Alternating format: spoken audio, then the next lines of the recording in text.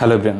আগামী মাসের 14 তারিখ ডোনাল্ড ট্রাম্প চায়না ভিজিট করতে যাচ্ছেন। সেই ভিজিটকে কেন্দ্র করে ডোনাল্ড ট্রাম্পকে শি জিনপিংয়ের অফিস থেকে একটা সফট ওয়ার্নিং দেওয়া হয়েছে ইরানের যুদ্ধ সম্পর্কে, যেখানে তাকে স্ট্রিক্টলি বলা হয়েছে যে 14 তারিখ ভিজিটের আগে অ্যাটলিস্ট যে কোনোভাবেই হোক ইরানের সাথে একটা ডিল করে আসার জন্য, যার আলটিমেট মিনিংস হচ্ছে যদি ডিল করে না আসে এবং চায়নাতে যায়, ডিল না করে চায়নাতে যায়, তাহলে তার ভিজিটের যে প্ল্যান মাফিক সৌহার্দ্যপূর্ণ অবস্থান সেটা চায়নার সাথে কখনোই থাকবে না। এবং ডোনাল্ড ট্রাম্প এটাকে খুবই সিরিয়াসলি নিতে বাধ্য হয়েছেন। এর পেছনের বেশ কয়েকটা কারণ রয়েছে, আমি শর্টলি এক্সপ্লেন করে দিচ্ছি। প্রথম কারণ হচ্ছে যে ডিল পাকিস্তান ব্রেকআউট করার চেষ্টা করেছে মূলত মিডিয়েশনের মাধ্যমে, এই ডিলের পেছনের আলটিমেট কারিগর মূলত হচ্ছে চায়না। পেছন থেকে সব কলকাঠি চায়না নেড়েছে, রাশিয়া নেড়েছে, মূলত সামনের প্লেয়ারটাকে সাজিয়েছে মূলত পাকিস্তান।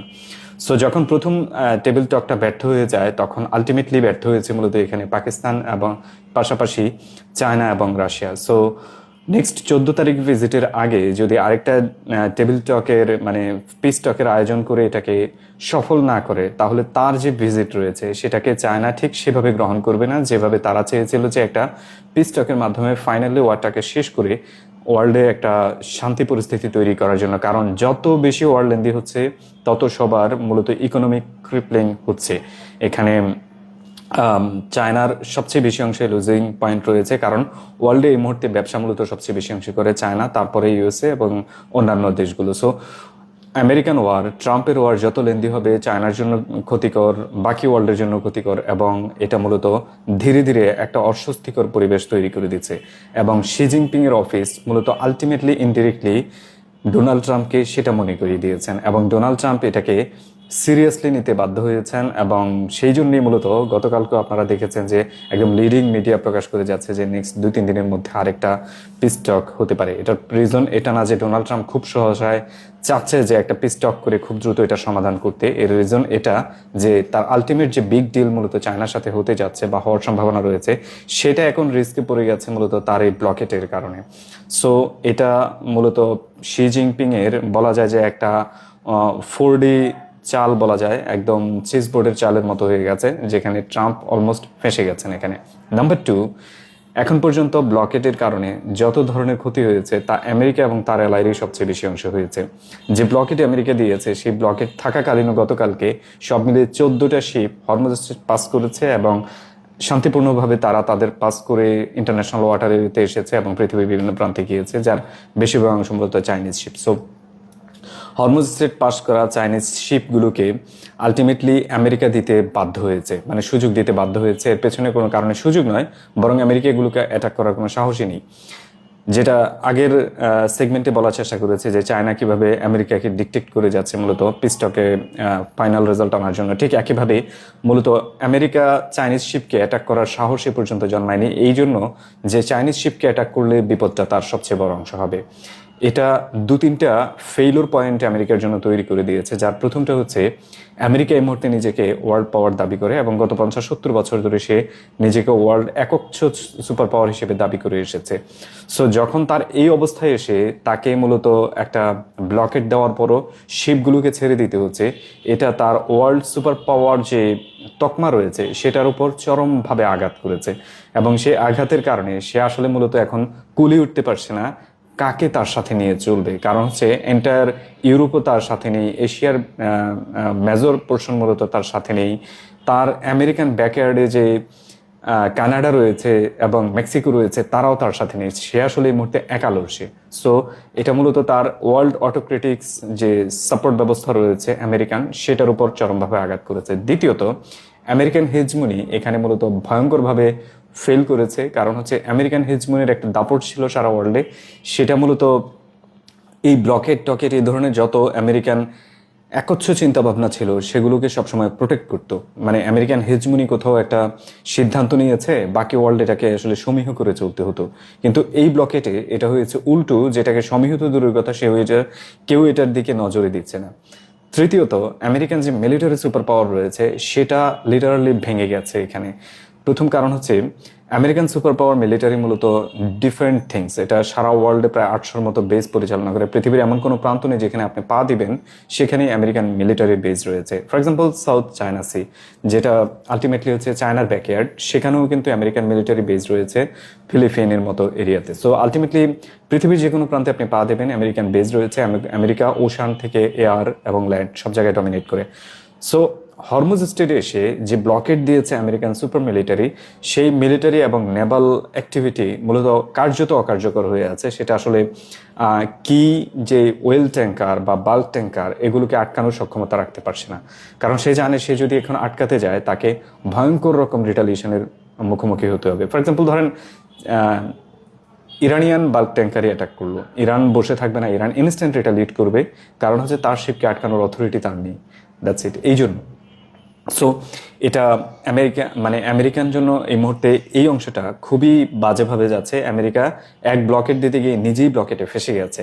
সো এটা নিয়ে যতটা না সিরিয়াস আলোচনা, তার চেয়ে বেশি সমালোচনা এবং মেজর আকারের ট্রল হচ্ছে। এইভাবে ট্রল করে যাচ্ছে যে ডোনাল্ড ট্রাম্পকে literally major of male function হিসেবে উল্লেখ করেছে বেশ অনেকগুলো বড় বড় টুইটার হ্যান্ডেল পর্যন্ত, যেটা আমিও একটা আমার ফেসবুক স্টোরিতে শেয়ার করেছে। এটা একটু হাস্যকর। অ্যাট দ্য সেম টাইম মূলত ইকোনমিক কোঅপারেশন সারা ওয়ার্ল্ডে এবং ওয়ার্ল্ড পাওয়ার প্র্যাকটিসের দিক থেকে চায়না মূলত 4D চেস গেম যেভাবে খেলে যাচ্ছে, যার একটা অংশ মূলত হচ্ছে ল্যাভরভ গতকালকে চায়নাতে ছিলেন এবং তিনি প্রেসিডেন্ট শি জিনপিংকে একদম সামনাসামনি মুখের ওপর বলেছেন যে এন্টায়ার ওয়ার্ল্ডে আমেরিকান মিলিটারি ডিক্টেটরশিপের বিরুদ্ধে চায়নার লিড এবং রাশিয়ান লিড যেভাবে লড়াই করে যাচ্ছে সেটা আগামীর দিনগুলোতে ওয়ার্ল্ডে শান্তি প্রতিষ্ঠা করতে বাধ্য হবে।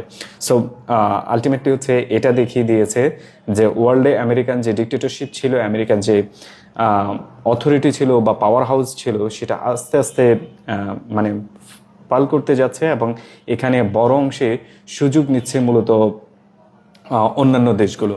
রাশিয়া চায়নার এই কোঅপারেশন মূলত আলটিমেটলি আমেরিকাকে দুর্বল করেছে এবং ধীরে ধীরে দুর্বল করে এমন পর্যায়ে নিয়ে গেছে যে ইউএসএ এই মুহূর্তে আলটিমেটলি একা হাতে লড়তে গিয়ে লড়ার মতো সাধারণ শক্তিটাও ঠিকভাবে পাচ্ছে না। একই সময় যখন ও ব্লকেট টকেট নিয়ে এই পরিমাণ ভয়ঙ্কর পরিস্থিতিতে ইউএস ফেসে গেছে, তখন নতুন নিউজ আসছে ঠিক এরকম যে ওয়ার্ল্ড স্ট্রিট জার্নাল মূলত এটাকে এভাবে রিভিল করেছে যে চায়নার কাছ থেকে ইরান মূলত সিক্রেটলি একটা স্পাই স্যাটেলাইট অ্যাকোয়ার করেছে যার নাম হচ্ছে TWA-01B।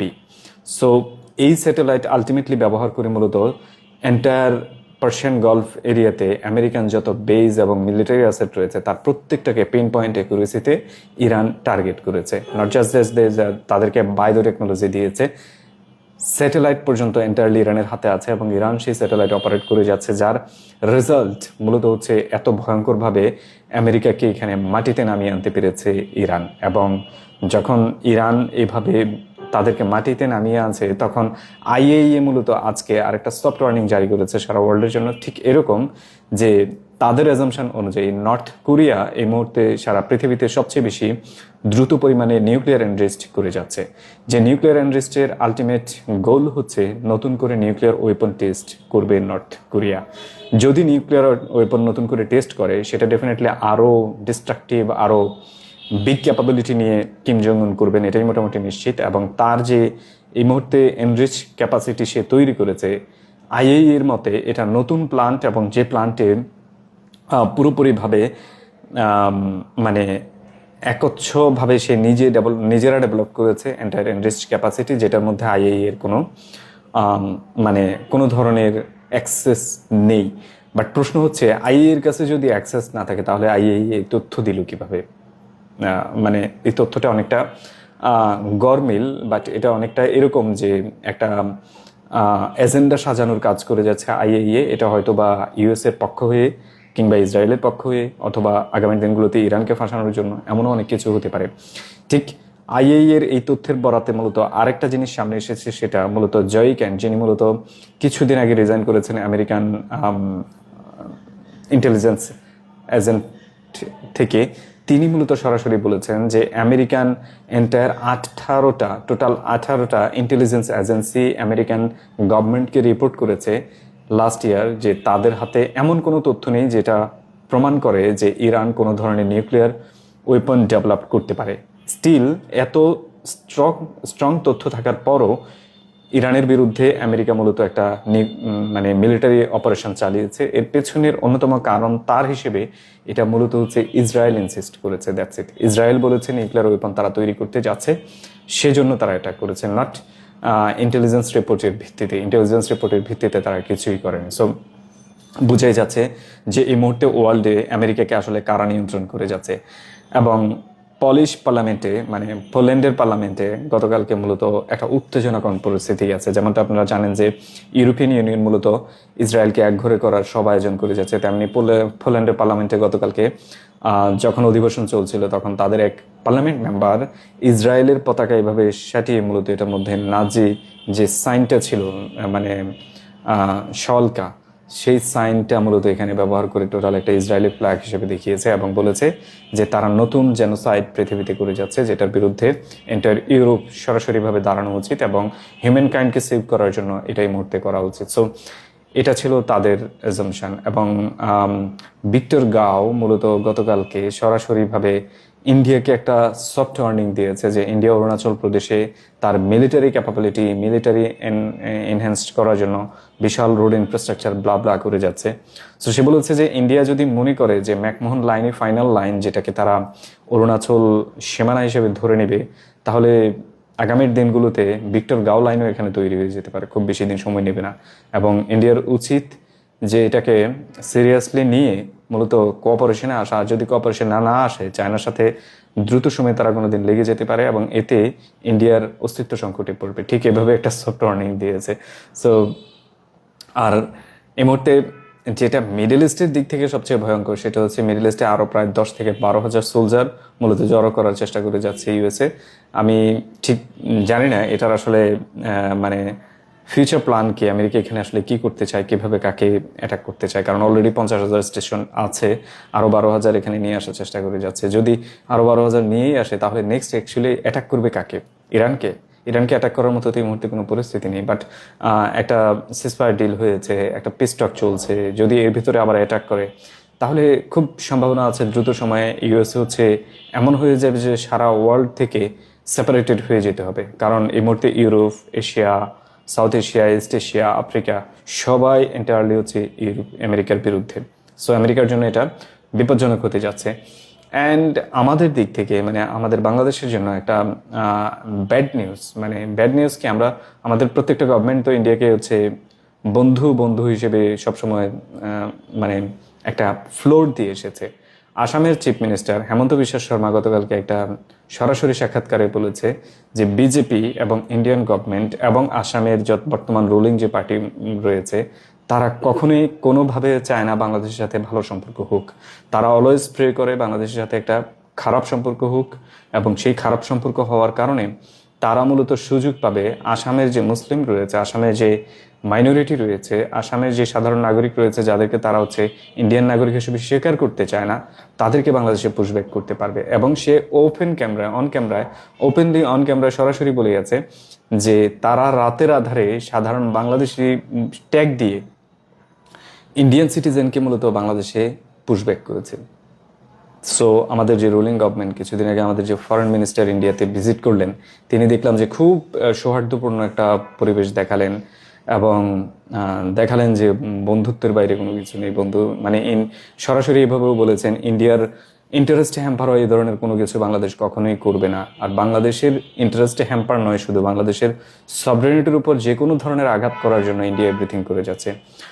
এই ট্যুরে, মানে খলিলুর রহমানের এই ট্যুরে হওয়া উচিত ছিল আমাদের তিস্তা এবং পদ্মা পানি চুক্তি সবচেয়ে বড় এজেন্ডা, এগুলো আলোচনায় ছিল না। তো কিসের আলোচনা করতে গিয়েছিল? জাস্ট আগে বলেন কিসের আলোচনা করতে গিয়েছে? আই ডোন্ট নো, আমার আসলে ধারণার বাইরে। এবং আমাদের যে একটা মানে অ্যাম্বাসেডর সেখানে বসে আছে, তার স্টেটমেন্ট শোনার পরে মনে হয়েছে যে সে সরাসরি হচ্ছে ইন্ডিয়ার গোলামি করতে সেখানে গিয়েছে, বাংলাদেশের কোনো কাজ করার জন্য সেখানে যায়নি। অ্যাট দ্য সেম টাইম এটাও বলে রাখি যে এখন যে ফরেন পলিসি আমাদের রয়েছে সেটা বাংলাদেশকে সার্ভই করে না, এটা এন্টায়ারলি যে কোনো দিক থেকে তাকান পুরোপুরিভাবে এটা সার্ভ করে বিদেশি 2-3টা কান্ট্রিকে, বাংলাদেশকে সার্ভ করে না। That's it. ওয়ার্ল্ড এজেন্ডা এই মুহূর্তে।